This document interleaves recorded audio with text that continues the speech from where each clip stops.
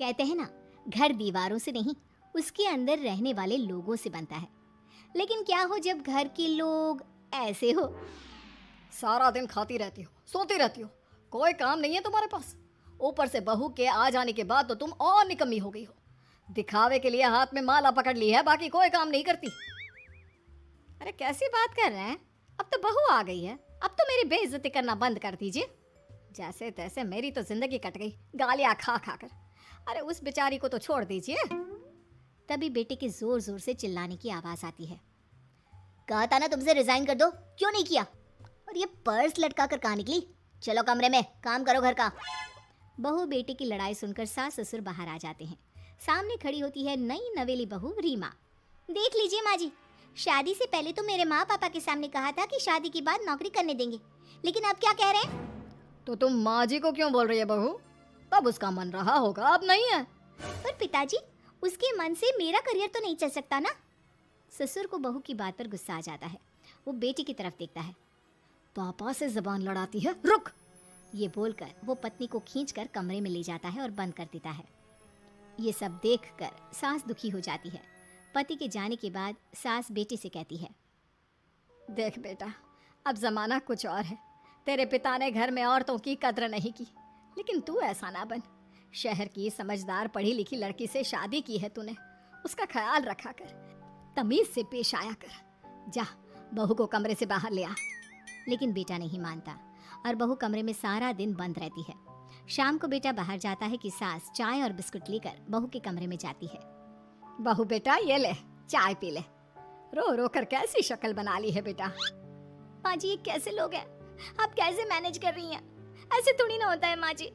घर की औरतों को तो पिताजी और ये इंसान समझते ही नहीं। क्या करूं बेटा, मैंने तो जैसे तैसे सह लिया, लेकिन तू ना सहना। दोनों बात कर ही रहे थे कि ससुर आ जाते हैं। अच्छा, तो अब बहू को भड़का रही हो? बहुत दिन हो गए मार खाए, अब क्या बहू के सामने खाओगे? जाओ यहाँ से, और जरूरत नहीं है ज्यादा इस लड़की को सर पर चढ़ाने की, समझी?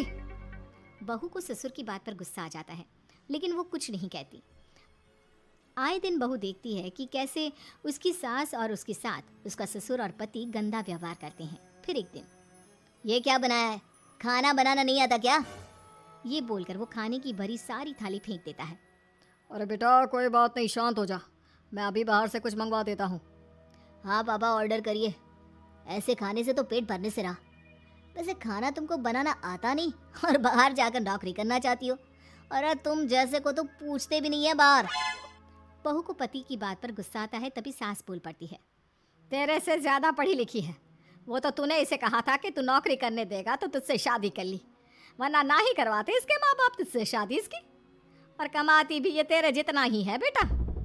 बहू हैरान रह जाती है कि जो सास खुद के लिए एक बार भी खड़ी नहीं हुई, वो उसके लिए बेटे को भी भला बुरा सुना रही है। उसकी नज़र में सास की इज्जत और बढ़ जाती है। वो सास को देखकर ये सब सोच ही रही थी कि उसके कान में एक जोर से चांटे की आवाज़ आती है। किसको किसको मार पड़ी? वो देख ही रही होती है कि उसकी नज़र ज़मीन पर बैठी सास पर पड़ती है। अभी तो धीरे से मारा, फिर जुबान खोली ना तो ऐसा मारूंगा कि कान के पर्दे फट जाएंगे। सास रो रही थी। बेटा और पति वहां से चले जाते हैं। पिताजी अच्छा किया माँ को जोर का चांटा लगाकर, आगे से जबान खोलने से पहले 4 बार सोचेंगी। बड़ी आई। दोनों हंसते हुए वहां से निकल जाते हैं। बहू सास को उठाती है और पानी देती है। मैंने ये दिन रोज देखे हैं बहू, लेकिन तू नहीं सहना। तू अपना जीवन अपने अनुसार जीना। शादी के वक्त मैंने तेरी माँ से बात करने की कोशिश की थी, उन्हें बताया था, लेकिन वो नहीं मानी। बहू सास को पकड़कर रोने लगती है।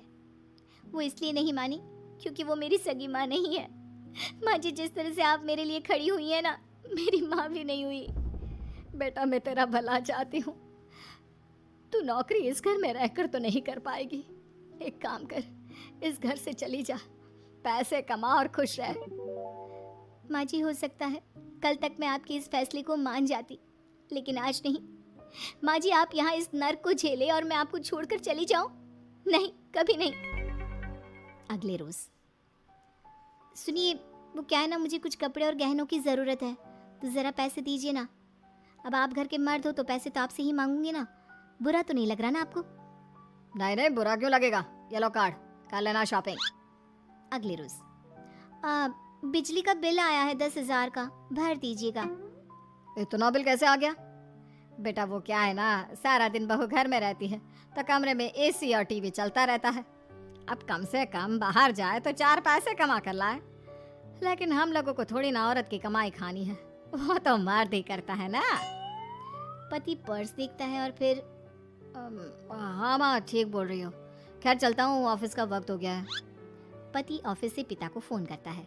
पापा घर के खर्चे तो बढ़ते ही जा रहे हैं, ऊपर से महंगाई आप देख रहे हैं। मैं सोच रहा हूँ क्यों ना मीना को नौकरी के लिए हाँ कर दूँ, 4 पैसे ही लाएगी ना घर में। वो तो तू ठीक बोल रहा है, लेकिन ये औरत की जात, कल को 4 पैसे कमाने लगे तो यह नहीं कि सर पर चढ़कर नाचे। हाँ पिताजी बात तो सही है, वो तो आप हैं जो माँ को मुट्ठी में रखा है, वरना मेरी वाली तो। खैर सोचते इस बारे में। शाम को पूरा परिवार साथ बैठा होता है। वो कल पनीर की सब्जी बनानी है तो थोड़े पैसे देकर जाना। और हाँ कीर्तन भी रखा है संडे को, उसके लिए सामान की लिस्ट बना दी है, ले आना। पापा को दे दो, वो ले आएंगे। अरे पापा कहाँ से ले आएंगे, मेरे पास नहीं है पैसे वैसे।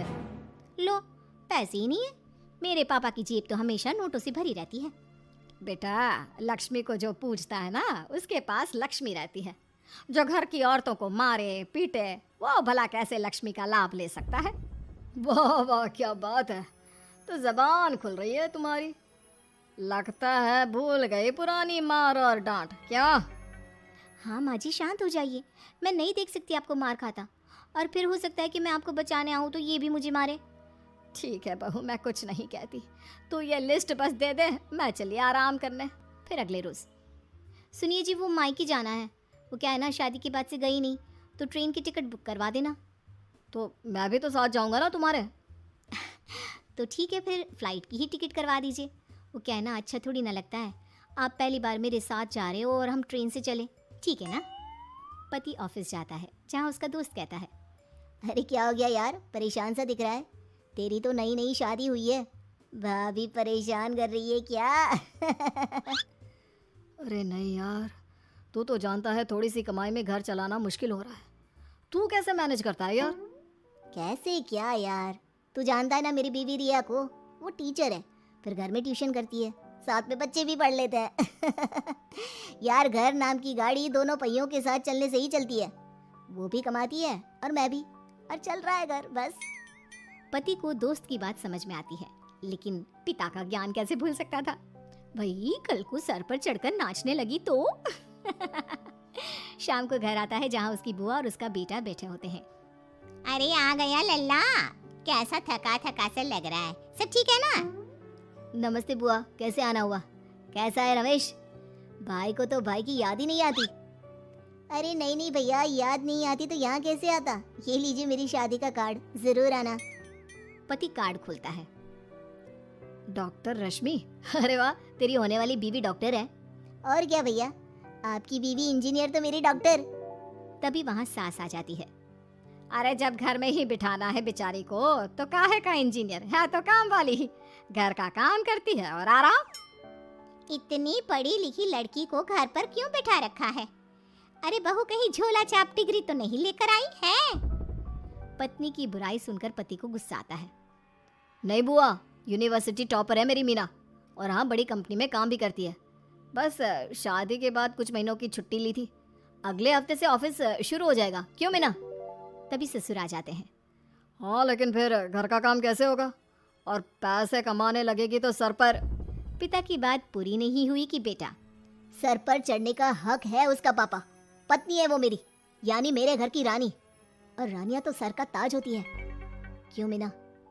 मीना पति की बात सुनकर शर्मा जाती है।